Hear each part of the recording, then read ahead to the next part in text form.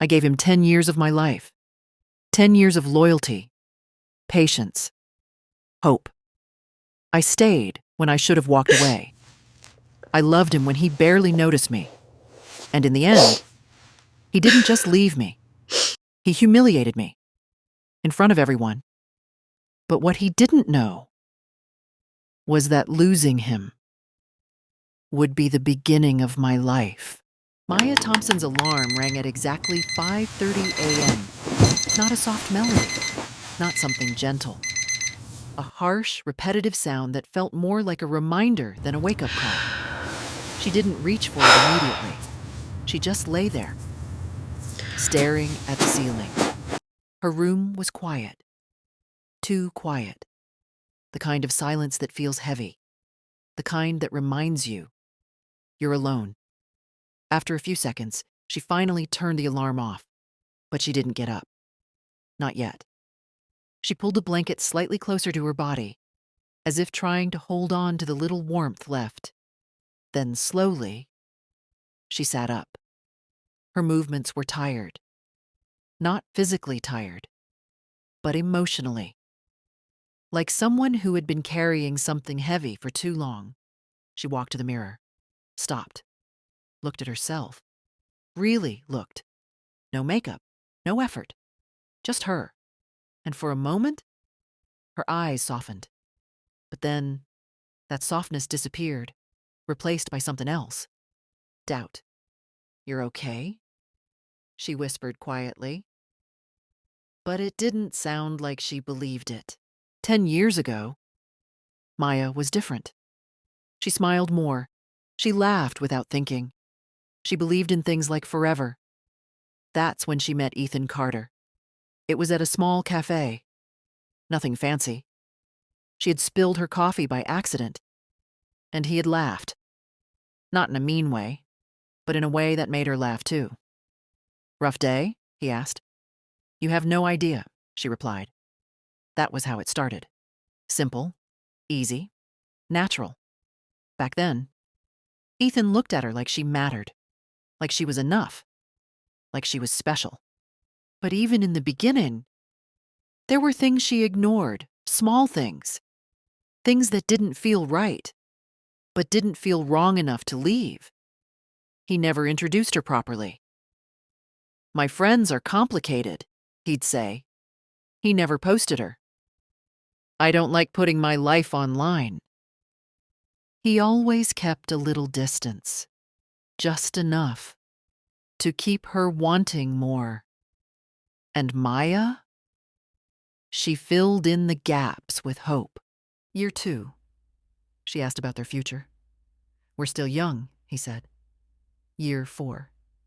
She brought up moving in together. "Let's not rush things." "Year 7, she asked again. This time, her voice was softer, more careful. "Where do you see us going?" He sighed. "Why do you always ask that?" "Year 10. She stopped asking confidently. Now, she asked with fear, "Do you still want me?" And the worst part? He didn't answer. Maya adjusted her life around Ethan. She turned down opportunities, stayed close to him, worked jobs that kept her available, even the hotel job. She took it because it was closer to his place, so she could see him more. Be there when he called, be available when he wanted. But him? He never adjusted for her. While Maya was building her life around him, Ethan was building a different life entirely. Corporate events, high-end circles, women who matched his image, women he wasn't ashamed to be seen with. Maya didn't know. Because she trusted him. Then one evening, her phone buzzed. A message from Ethan. "Dinner tomorrow, we need to talk." She read it once, then again, then again. Her heart started racing. Her lips slowly curved into a smile. "This is it," she whispered. That night, she couldn't sleep.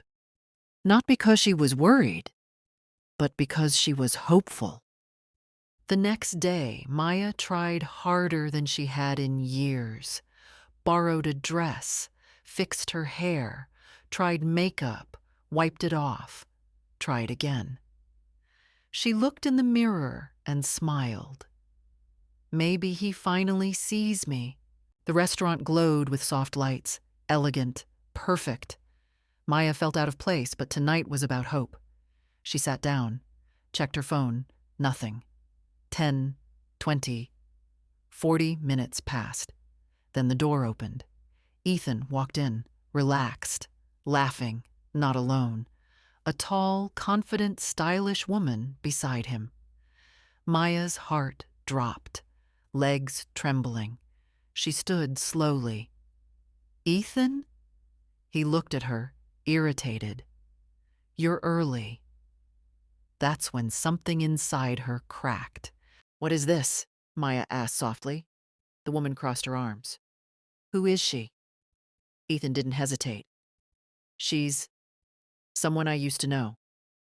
"Used to know?" Maya's voice broke. "We've been together for 10 years. He laughed, loudly. "Exactly. And look where that got us." The room grew quiet. Phones lifted. People watching. "Look at you. And look at her. Be honest, Maya. You really thought I'd choose you?" Maya didn't scream, didn't argue, just broke quietly. From across the room, Mr. Alexander Reed, the hotel owner, watched everything. Not just the words, but her reaction, her dignity in silence, the way she didn't scream, the way she held herself, even while her heart broke inside. Something about it stayed with him. He had seen employees before, but none like her. Strong, silent, resilient. Even in humiliation, she didn't crumble completely.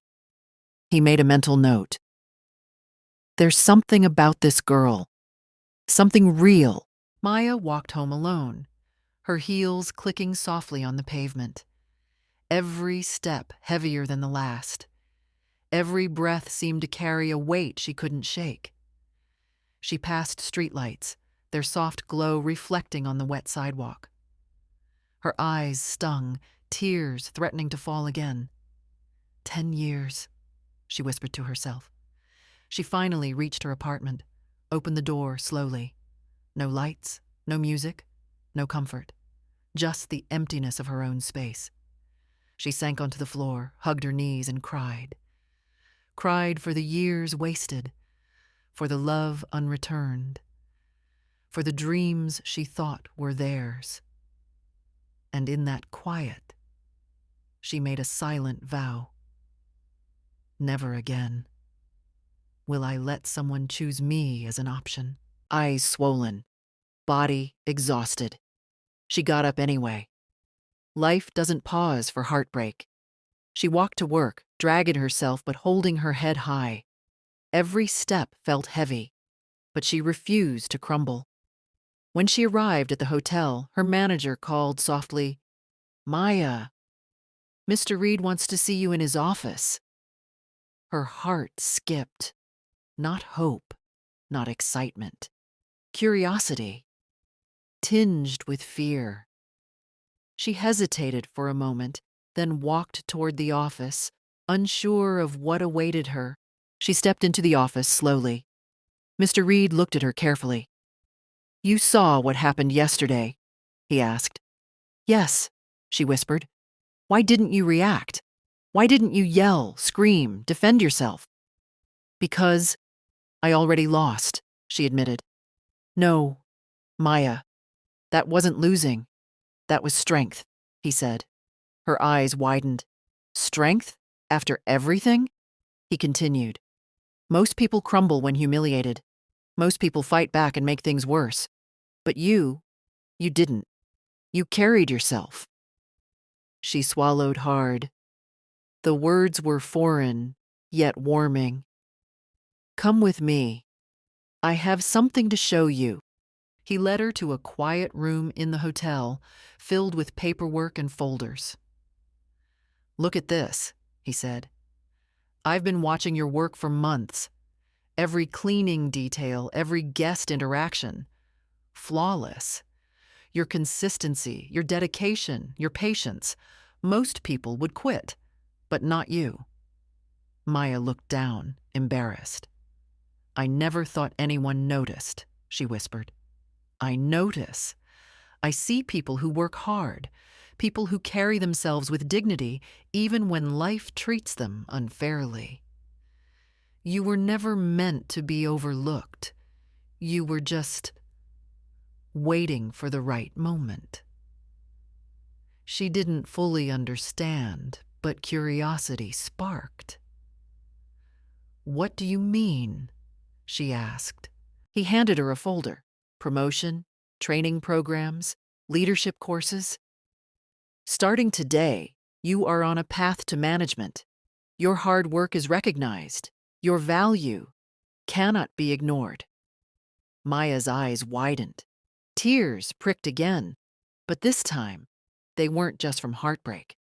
They were tears of relief, of validation. Months of grinding, of working invisible jobs, of being patient, were finally paying off. She felt a strange mix of pride and disbelief. You really think I can do this?" she asked. "I don't think." He smiled. "I know." Weeks turned into months. Maya learned the ins and outs of management. She dressed sharper, walked taller, spoke with confidence and authority. She gained respect from staff and guests alike. Her laughter returned. Not forced, not hollow, real. She realized that life's hardest moments didn't break her. They refined her. Every early morning, every heavy shift, every insult or slight she had endured had prepared her for this. She was finally stepping into her own power. Months later, Ethan walked into the hotel lobby. He froze. Maya stood at the front desk, no longer timid, no longer afraid. "Ethan," he said, trying to mask shock with casual confidence. She looked at him calmly, without fear or longing. "You didn't lose me when you chose her," she said softly. "You lost me when you made me feel like I wasn't enough." He opened his mouth, but she didn't wait for a response. She simply turned, walking past him. Every step deliberate, powerful. She stepped out into the sunlight, her back straight, her head high. "I may not have been his perfect choice, but losing him was the moment I finally chose myself." She smiled, not at him, not at the world, but at the woman she had become. Strong, confident, unstoppable.